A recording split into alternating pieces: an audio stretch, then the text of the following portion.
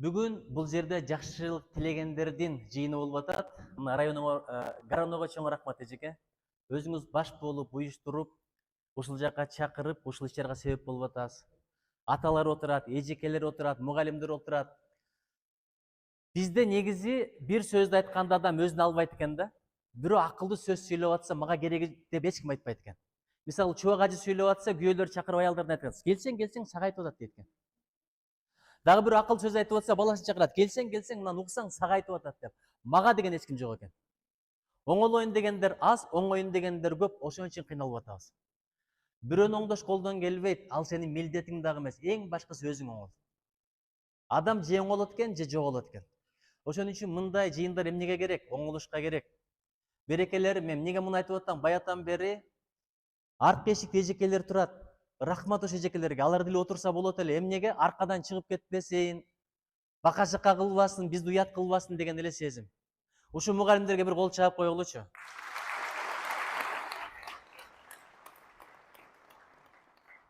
Ушундан пайдалуу калса экен, ушу балдар бактылуу болсо экен, эстүү болсо экен, жан дүйнөсү бай болсо экен, илимдүү, билимдүү болсо экен, бирдеме жууп калса экен деген ниетте турат. Болсо эжеке деле буту чарчат, эжеке отура бериңиз, чыккандар чыгып кете берсин.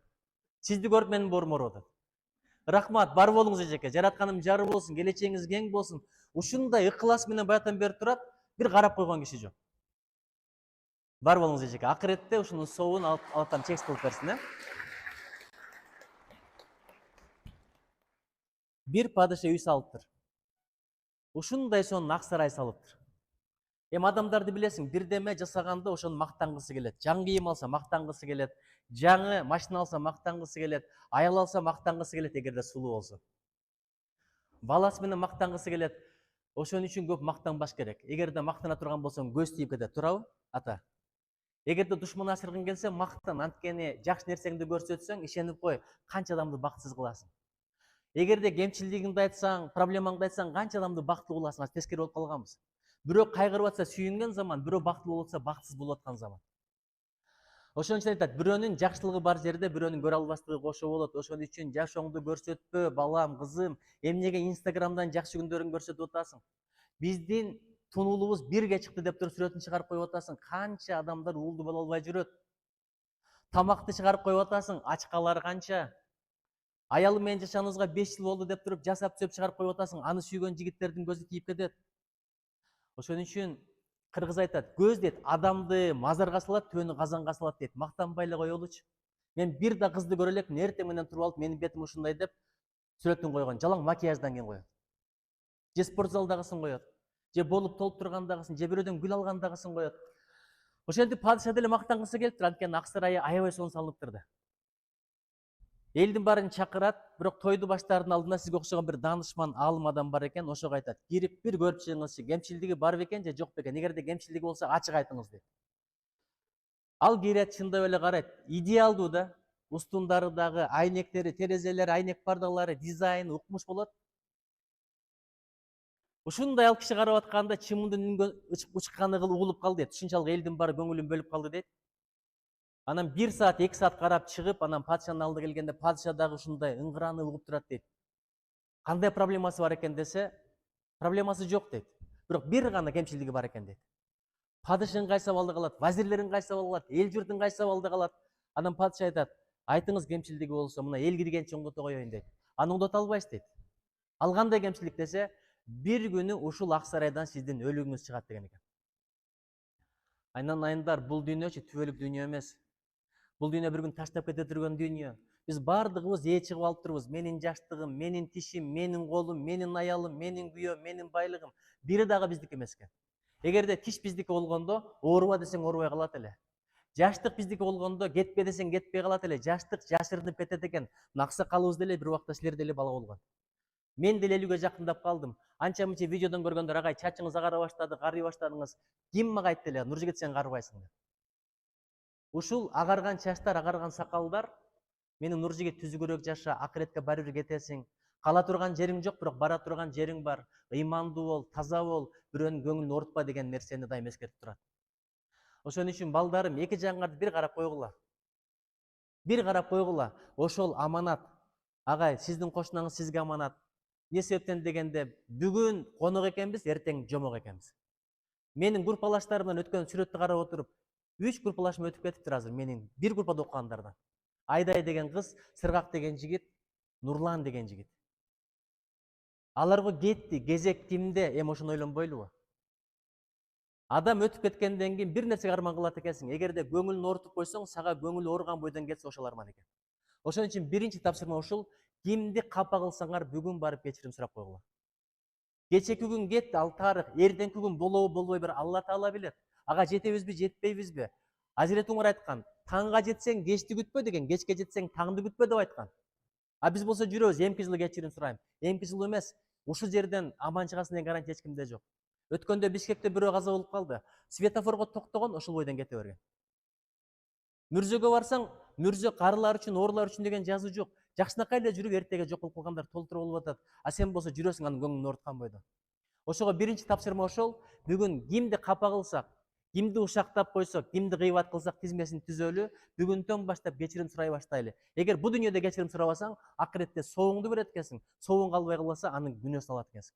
Өзгөчө балдарым, азыркы балдар бир аз мугалимдерге кайшы айтканды нормалдуу көрүп атат. Мен бүгүн эле бир сонун сөз окудум. Эгерде бактан мөмө күтсөң, шагын сындырба дейт. Мугалимден билим күтсөң, көңүлүн сындырба дейт. Мугалимди уруша бересиң, соцсеттен чыгара бересиң, жамандай бересиң. Бирок мугалим кылгандычы бирибиз да кыла албайбыз. Мен депутат болдум, мен министр болдум. Мен ушунча Кудайга шүгүр, үй бүлөм бар, бир топ иштерди кылып жүрөм, бирок мугалим болсо духум жетпейт эчеке. 5-класстын баласына Ньютондун законун кантип үйрөтөм, буга канча сабыр керек, канча күч керек, канчалаган чыдам керек. Мугалимдерди отуруп алып сындаш оңой эле. Түкүнчө койчу ошону, балдарга тарбия бербейт, билими жакшы эмес экен, ал эле бул эле. Айланайын, өзүңдүн балаң ооруса же ыйласа, жүрөгүң ооруйт, бирок бирөө башка бирөөнүн баласы ыйласа, башың ооруйт. Өзүңдүн балаңа мээриң бар, бирок башка бирөөнүн баласына мээрим жок. Чакуга бир койбойбу ошону? Эмнеге муну эркелетет деп жаман көрөсүң. Бирок өзүңдүн балаң эркелесе анте албайсың. Мугалимдер башка эле бирөөнүн балдары менен сизиң бизиң деп отурат. Тригонометрияны эмес, жөнөкөй теманы өзүңдүн балаңа түшүндүрө албайсың. Эгерде кимде ким мугалимдердин шагын сындырса, капа кылса, келип уруш кете турган болсо эчеке, ушундай бир программа кылыңыз. Мындан ары ар бир ата эне жылына 15 мүнөт, 45 мүнөт эмес, сабакка келсин, балдарга сабак өтсүн. Же өзүнүн баласына заттын атын билдирген сөз Зататош деген түшүндүрө албайт. Түшүндүрөт, башында жакшы эле баштайт. Балам, заттын атын билдирген сөз Зататош деп аталат. Бирок 5 мүнөттөн кийин заттын атын билдирген сөз Зататош деп аталат. 10 мүнөттөн кийин заттын атын билдирген сөз Зататош деп аталат. 15 мүнөттөн кийин башка кое баштайт. Эшек, чочко, апасын тарткан деп. Апасы болсо атасын тарткан, мээси жок деп баштайт. 15 мүнөттө өзү жинди болуп калат. Ошон үчүн Сингапурда эмне үчүн мугалимдердин кадыры жогору, айлыгы жогору, жылына ар бир ата эне келип мектепте сабак өтүп берет экен. Ошон үчүн мугалимдердин кадырын билет экен. Ал айткан деген менен түшүнбөйт. Бир сөз бар эле, эненин, атанын кадырын билесиң балалуу болгондо деп. Мен мурда атам менен апама көп капа болот элем.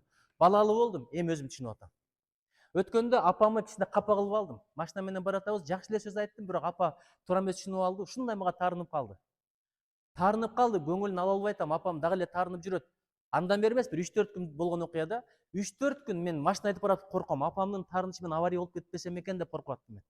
Апамдын таарынышы менен бир кырсыкка түшүп болбосом экен, бир жерим сынып калбаса экен, ушунчалык коркуп аттым. Себеби апанын каргышычы жаман болот, атанын каргышы андан да жаман болот. Балдарым, ким атаны апаны капа кылса, барып кызматын кылгыла. Короңдобо, дороңдобо, сөз кайтарба. Бүгүн апаң отурат төрдө, эртең ошол төр бош калат.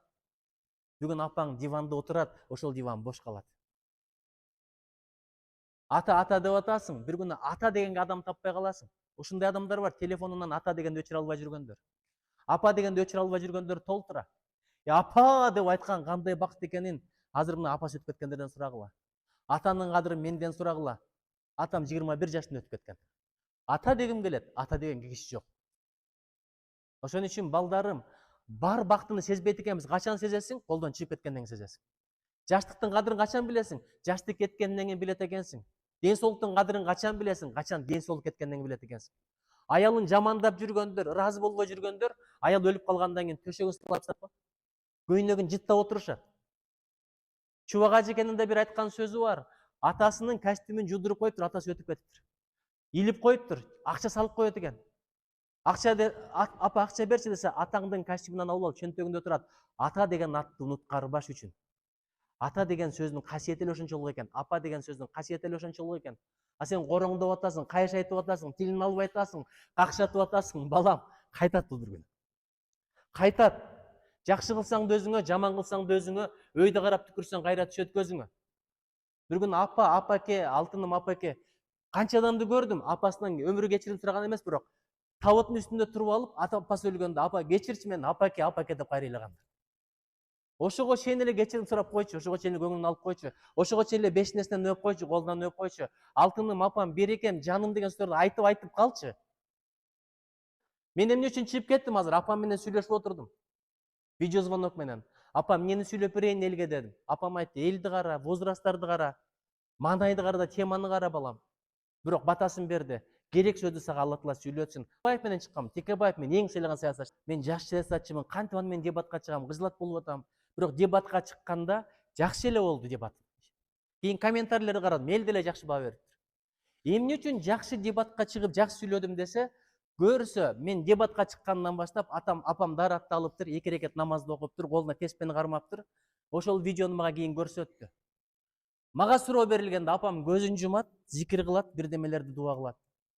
Анан мен жооп берип бүткөндө көздү ачат. Кадырбековго суроо дегенде кайра көздү жумат. Көрсө апамдын дуасы менен ошол ийгилик болуптур. Апа бар мезгилдечи, дагы бир жолу кайталайын, ырыскың жеңил болот. Апа бар мезгилде ден соолугуң чың болот. Апа бар мезгилде тилектериң кабыл болот. Бирок апа өтүп кеткенден ушул нерсе, 3 нерсе жоголот экен. Мурдагыдай тилектериң жеңил кабыл болбой калат экен. Ырыскың мурдагыдай жеңил болбой калат экен, ден соолугуң мурдагыдай чың болбой калат экен. Анткени аркаңдан дайыма ден соолугу болсун. Иштерине ирбаж бер, сөздөрүн өтүмдүү кыл, кадырын бийик кыл, тилектериң кабыл кыл деп дуа кылган бир гана апа болот экен. Мына Төө ашу менен ала бер бар. Токтогулга бир жолу келгем. Токтогулдан кетейин деп атканда, ушундай кар жаап атканда, апаман бата алып чыкканмын да, апам, балам кар жаап атат, Токтогулга келдиң эле, Бишкекке барбай эле койчу, эртеге кетчи деп чалып атат. А мен жолго чыгып алганмын. Жолборс жолунан кайтпайт. Анан апаке деп атам, апаке, жолго чыгып алдык. Шопур жакшы экен, жолду билет экен, сонун машинанын баллондору укмуш экен. Эми апам көңүл тындырышым керек десем, апам айтты, макул балам, жолуң болсун, акырын баргыла. Ошентип коюп телефонду өчүрүп коюп, уктап калыптырмын. Жол тайгак, узакта жеттик, бир 6-7 саатта Токтогулдан ары Бишкекке. Өчүрүп коюп анан Бишкекке жеткенден кийин чалсам, апамдан бир билбейм, жүздөгөн телефон чалуулар келиптир да. Эң аягында садаган кетейин, үнүңдү бир угузуп койчу деген сөз. Элестетип көр, апама ошол 7 саат 70 жыл болуп кетти. Элестетип көр, баласы алап элдин алдында телефон менен байланышкан, ошол бойдон 7 саат бою жоголуп кетти. Эки учурда убакыт өтпөйт, башка учурда убакыт бат эле өтүп кетет. Атадан сурагыла, канчага чыңдыгыз ата? 75. 75ке чыгыптыр, бирок 75 жыл 7,5 секундтай деле көрүнбөйт экен, туурабы ата? Бирок эки учурда убакыт өтүп кеткен качан? Качан бирөөнү күткөндө. Ошон үчүн 1 сааттын кадырын билгиң келсе дейт, сүйгөнүн күткөн жигиттен сура дейт. 1 жылдын кадырын билгиң келсе, окуудан өтпөй калган абитуриенттен сура дейт. 1 айдын кадырын билгиң келсе дейт, 1 айдын кадырын билгиң келсе, ара төрөп койгон, айына мурда төрөп койгон аялдан сура дейт. 1 жуманын кадырын билгиң келсе, гезиттин редакторунан сура дейт. 1 мүнөттүн кадырын билгиң келсе, самолеттон кечигип калгандан сура дейт. 1 секундтун кадырын билгиң келсе, жанында турган кишинин башын уруп кеткенден сура дейт. 0,001 секундтун кадырын билгиң келсе, Олимпиададан экинчи чуркап келген спринтерден сура дейт. Убакыт ушунчалык бат өтөт, бирок эки учурда өтпөйт экен. Качан бирөөнү күткөндө өтпөйт экен. Экинчи ооруганда өтпөйт экен. Адам ооруп аткан мезгилде, бир операциядан кийин денеси ооруп атканда, ушул оору өтүп кетет. Бир чыдап 2 саат десе, 2 саат 2 кылым көрүнүп кетет экен. Ошон үчүн балдарым, аманбыз, тынчпыз, Кудайга шүгүр дейли. Ушундай районуңор бар экен, гаронуңор, ушундай мугалимдериңер бар экен, ошондой эжекеңер бар экен. Улук башын кичик кылып баятан бери козголгон жок ушу атабыз. Аталарыбыз бар экен, Кудайга шүгүр дейли. Өң келбетиңер мондой. Красавчиктер, краштар отурат биякта жыла. Бир да кринж көргөн жокмун. Бул рофл эмес. Бул рофл эмес. Мен болгон нерсени айтып атам. Ошон үчүн берекелерим, Кудайга шүгүр дейли. Эгер ким Кудайга шүгүр дебесе, больницага барып келген эле Кудайга шүгүр. Ушундай кыласыңар. Аным жок, мунум жок, тузум кемип калды, акчам жок, машина албай жүрөм дегендер. Больницага барсаңар, ал жакта буту жоктор жатат, көзү жоктор жатат, кырсык учурагандар жатат. Оору эмес, ооруну баккан, андан өткөн оору экен. Жанында аны баккан дагы бирөө жатат. Бүт жумуштары калып кеткен. Тиякта апасы эле отурат, биякта атасы эле отурат, операцияга кирип кеткендер бар. Ага дагы шүгүр кылбасаң, анда түрмөгө бар. Эркиндикке эле чыгып, ары бери басып койсом болот эле деп ошолор отурат байкуштар. Арасында балким ак жерине камалып кеткендер бар. Бул жала деген жаман нерсе, каяктан билесиң? Эгер ага да шүгүр кылбасаң, мүрзөгө бар. Алла Таала бизди жакшы жерге жолуктурду. Мындай жыйындар азыр Украинада болбойт, бомба түшүп атат. Мындай жыйындар Газада болбойт, бомба түшүп атат. Аманчылыктын, тынччылыктын өзү эле чоң бакыт экен көрсүн. Анан балдарга билим жуксун десе, ата-энелер суранам, эч бир балага мугалимин жамандаба. Мына карап, мугалимдер ошондой болот. Керек болсо, концерттик программада да карап турам. 1-2, 3 класстардын эжекелери сахнанын аркасында айнек пардадан бекинип алып ошо бийлешет. Бирөөс тайып кетсе, адашып кетсе, кыжылат болуп, ошентип отуруп чачтары агарат экен. Ошон үчүн ушундайлар чыгыптыр да, агайлар, адам болсун деп жүрүп, агайрдыго саамайлар. Эжелер, эмне болду, көңүлдөр, бизди киши болсун деп жүрүп, саргайдыго өмүрлөр депчи. Ким мугалимдин батасын албаса, эртең жолуң болбой калса, кырсыкка учурасаң, жакшы адам болбой калсаң, өзүңдөн көр. Сага ушунча менет кылган адамдын назарынан калган бойдон кетсең, каргышын алган бойдон кетсең, эч качан адам болбойсуң. Мына ушул мугалимдерге чоң таазир бир кол чаап коелучу.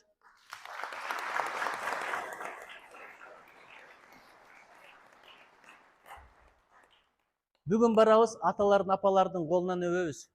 Бешнесинен өбөбүз. Ата, мен сени жакшы көрөм, апа, мен сени жакшы көрөм, бирок телефондон айтпагыла. Телефондон айтсаң кыжалат болуп кетет. Балам, эмне болду сага деп. Чын бир жолу мен апам сени жакшы көрөм десем, балам, эмне болду? Тынчылык эле? Кайра чалып сурайт. Эмне болду? Баа жолу чалдың беле деп. Сен андай сөздү уккан эмеспиз да. Эмнеге бизден жакшы сөз чыкпайт? Көрсө, апабызга атабыз да жакшы сөз айтпайт экен да. Жакшы сөздөрү качан түгөнгөн? Алар бойдок кезде бактын түбүндө фонтан арасында түгөнүп калган. Алтыным, жаным, кашың карлыгачтын канатындай, оозуң оймоктой, мурдуң комуздай, өзүң жанардай, жүзүң панардай, я тебя любилер ошондо калып кеткен. Анан өмүр бою сындай турабы, тамагым тузу кем болуп калыптыр деп. Ичинен жеңелер отурат, балия жеп калды. Бирок ошол кафеге барса, официантка рахмат айтат, аябай сонун экен, эмкиде дагы келем деп. Эмнеге биздин балдар кечирим сурай албайт? Анткени биз балдардан кечирим сурабайт экенбиз. Балдар менен тирешебиз. Балдарды биз көбүрөөк түшүнүшүбүз керек. Эмнеге билесиздерби? Анткени булар ата болуп көрө элек, биз бала болуп көргөнбүз да. Булар баскан жолдон биз өткөнбүз да. Эмне үчүн биздин балдар мокого азыр бир суроо берейинби? Баардыгы мындай коркуп жопурат. Бүт Кыргызстан боюнча байкайм. Анткени кичинекейинде эле бирдеме сүйлөсө, эшек, чочко, сени сүйлөбөчү, сагайын коюптур. Бала деген бала, эшикке чык. Бар, коноктор отурганда сөз тыңшабай деп отуруп, биздин балдар бир жолу тилин жутуп алат экен да. Анан өз теңдүүлөрүнүн арасында ачылат экен, ата апасына ачылбайт экен. Ошол бойдон ата апасы билбейт экен, бул үйлөнөбү, үйлөнбөйбү? Досунан сурачы дейт экен. Себеби эшикти жаап чыгып баратканда жүрөгүн кошо жаап чыгып кетет экен да. Ошон үчүн мен бирдекени суранам, балдарга катуу тийбейли. Баланы эшек келесо десең, кичинекей баланы, ал ачуу менен айтып атканын түшүнбөйт экен. Апа ачууланып туруп айтат экен да, бирөөгө тарынып калганда, күйөөсү жине тийгенде ачууланып айтканга түшүнбөйт экен, бирок эшек келесо экенин ишенип алат экен да. Бала ушундай болот экен. Анын аркасында билесиңерби, дагы маймылга окшошот, тилин чыгарат, чуркайт, ишиңе сайып ойнойт. Ошону анда бүтүрүшөт экенбизде, бир жолу айнып калдыңбы, мээси жок, көп мээ. Эмне болуп атасың деп. Көрсө, эшек келесо дегенден кийин түшүп кеткен кадырын көтөрүштүн жолу ошол экен да, ал байкуш. Эптеп апама жагып алайын, рейтингди кабылына келтирип алайын десе, андан бетер согот экенбиз. Ошо менен баланын самооценкасы түшүп кетет экен. Балдарым, ошого ишенбегиле, мондой балдарсыңар. Мен өңүрдөн көрүп турам, мен дүйнөнүн көп өлкөлөрүндө бардым. Мондой сулуу кыздар, жигиттерчи дүйнөнүн көп өлкөлөрүндө жок. Бизде баары сулуу экен. Жаратылыштагы сулуубу? Сулуу. Мына Умрага баргылачы. Ажыга барсаңар деле таш менен эле чөл, башка эчтеке жок. Бир өлкөгө жердин үстүнө барып коюптур, бир өлкөгө жердин астына барып коюптур. Японияга барсаң, жердин үстүндө бар, жердин астында жок. Жаратылышы жакшы, кен байлыгы жок. Арабияга барсаң, жердин үстүндө жок, жердин астында бар. Кен байлыгы бар, бирок жердин үстүндө таш менен эле топурак. Мени эрдиятка апарат десе сүйүнүп кетиптирмин. Апаргылачы, машина менен апаргылачы, мен көрүп кетейин деп. Жаман өкүнбөдүмбү? Анткени барар же бир эле сцена, таш, топурак, таш, топурак. А бизде карасаң, бул жактан барасаң, чөл бар, крокодилдей тоолор бар. Биягында жарым чөл бар, аягында токой, анан чычкандын токою башталат. Андан кийин ашуулар, кар, кайра жаз келет, жай келет, сусамыр турат. Ар түрдүү жаратылыш. Ал жакта бирдей эле көрүнөт, жаман өкүндүм. 8 саат мындай эле бардым да, мындай бир эле 100 метр жерге баргандайчы. А Кыргызстанга жердин алдына дагы бериптир, жердин үстүнө дагы бериптир. Бизде барбы? Кыш десең кыш бар, жай десең жай бар, жаз десең жаз бар, кар десең кар бар, жамгыр десең жамгыр бар, гүл десең гүл бар. Ошого жараша элибиз дагы сулуу экен.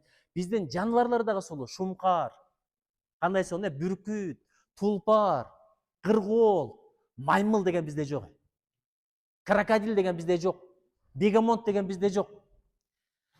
Ошон үчүн балдарым, кыздарым, Кудайга шүгүр дейли. Ушундай аталарыбыз бар, ушундай өмүрүбүз бар. Жаныңдагы адам аманат. Бир күн келет, 60 жылбы, 70 жылбы, аны да көрбөй каласың. Ошого чейинчи жакшы мамиле кыла береличи. Эч кимдин көңүлүн орутпайлычы. Ошон эле айтканы келдим.